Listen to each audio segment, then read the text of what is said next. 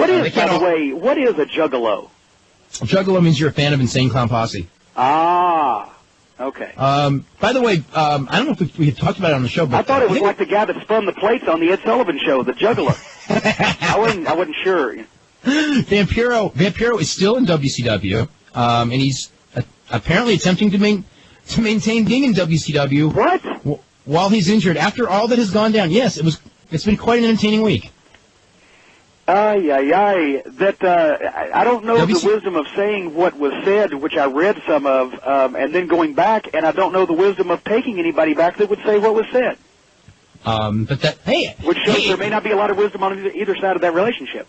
I will say this for Vampiro: he has never done anything on a live broadcast television. He's done it on this show, but on a live television show, he's never gone against the script that I'm aware of.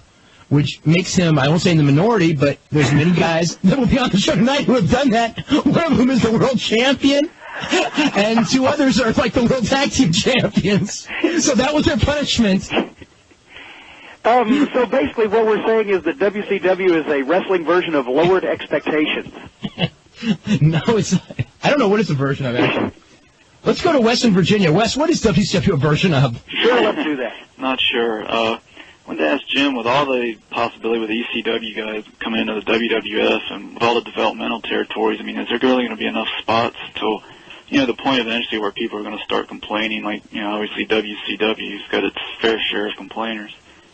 Well, yeah, and, two totally different environments. I think there's always going to be guys saying, oh, shoot, I wish I had that spot instead of the other guy. But if there's more wrestling talent in the long run, that's good for the business. And you got to remember that guys that would make a move now from one company to the other already have several years of experience in most cases, whereas the developmental roster, you're looking at guys that are 6 months, 1 year, 2 years, 3 years, 4 years maybe, some a little bit more but not many.